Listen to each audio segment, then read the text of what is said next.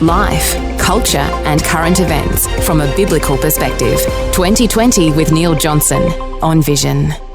Christmas is coming quickly and there's a lot of interest in high-quality Christian tracts to tell the Christian gospel message at a time of year when people are very open to talk about Jesus. We're back today with Pastor Vince Wall from His Word Media, providing quality Christian tracts absolutely free. And he has a brand new one that focuses on the late Queen Elizabeth II's pets, her Corgis. Vince Wall is founder of His Word Media and pastor of Newcastle Baptist Tabernacle. Vince, a special welcome back to 2020. Thank you, Neil. You've got a very, very cute Corgi on the front of this tract, Vince. What's so special about the Corgis? Well, the tract I've just written is called "What About the Corgis?" And I read on the internet that the Google searches in regards to the Queen's Corgis has gone up dramatically because people want to know what's going to happen to the Corgis after her death. And we do know what's happened to the Corgis. As far as I'm aware, they're very happily housed at Windsor Castle. And you include that detail in your tract. Actually, at the Royal Lodge at Windsor, now nearby the castle. That's where they are. All right, let's get our geography absolutely right here. So the Royal Lodge at Windsor Castle. On the Windsor estate. And Vince, is there anything special about the fact that the Corgis are there at Windsor Castle? Well, definitely. The Queen used to walk her dogs with the Duchess, and also they used to ride horses together.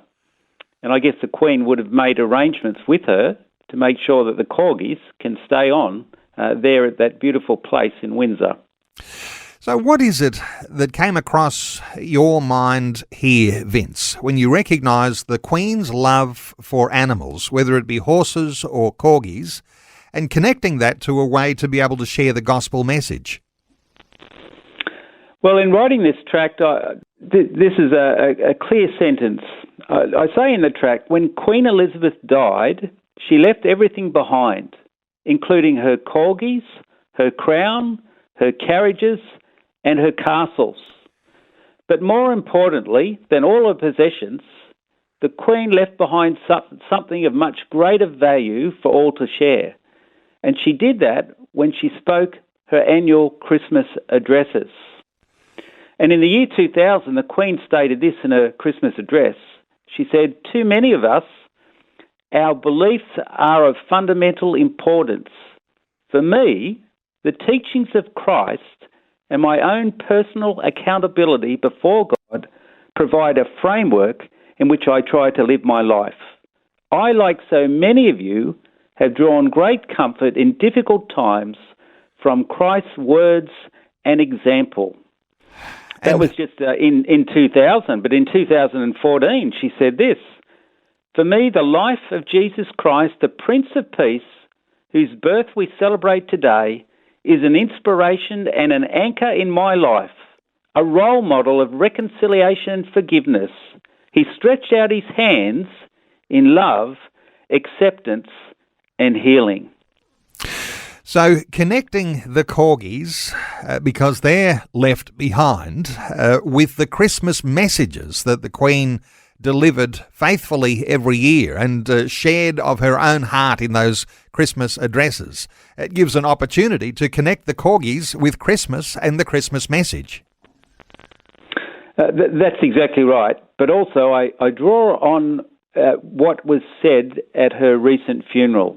And apparently the Queen planned her funeral and planned her readings. And what she did was a witness. It was a witness in her death to billions of people that looked at the coverage of the funeral. And she made sure that people knew what Jesus Christ was all about. And in the cathedral, you might remember, Neil, if you saw it, what was read out during the service was this, where Jesus said, "I am the resurrection and the life.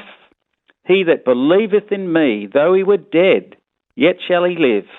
and whosoever liveth and believeth in me shall never die." The Queen chose that reading.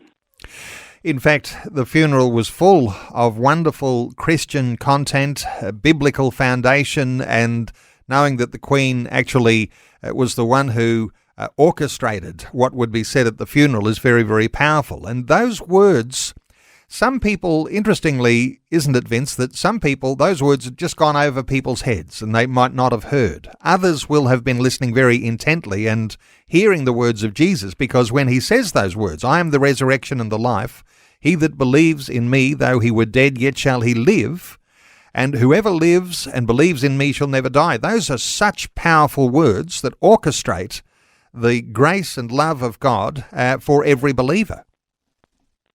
That's right. And the Queen made sure that the 2,000 people that were at her funeral, and perhaps billions watching on throughout the world, heard those words.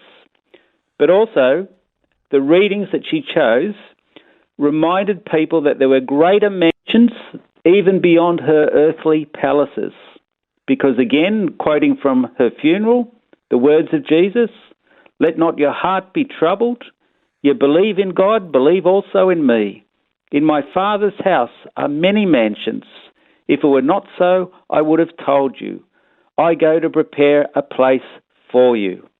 And then the Queen also chose a reading from Job. And this was the reading, "For I know that my Redeemer liveth, and that he shall stand at the latter day upon the earth.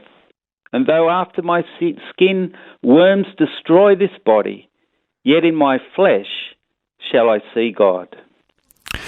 So, in telling the story of the Corgis and reflecting on the Queen's faith, your tract with a cute little corgi on the front wearing a crown reminds the reader that the death of the Queen is something that precedes all of us, that one day we'll all meet our Maker.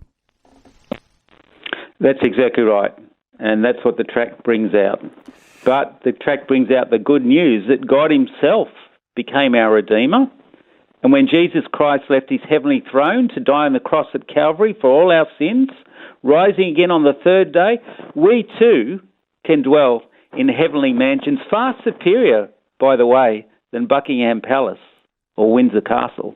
Far superior, because Jesus is the builder. Well, Vince, a special honour to your creativity in coming up with an amazing Christmas tract with a picture of a corgi on the front.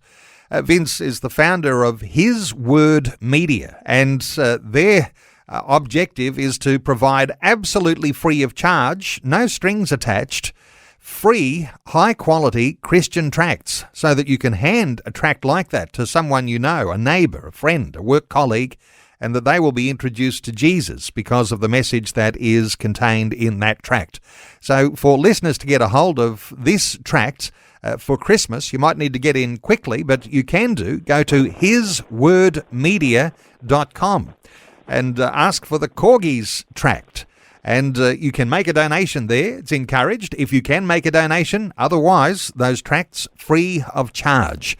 Vince Wall, founder of His Word Media, pastor at the Newcastle Baptist Tabernacle, hiswordmedia.com. Vince, thanks so much for sharing your thoughts and your heart with us again today on 2020. Thanks so much for having me, Neil. Great to talk to you. Thanks for taking time to listen to this audio on demand from Vision Christian Media. To find out more about us, go to vision.org.au.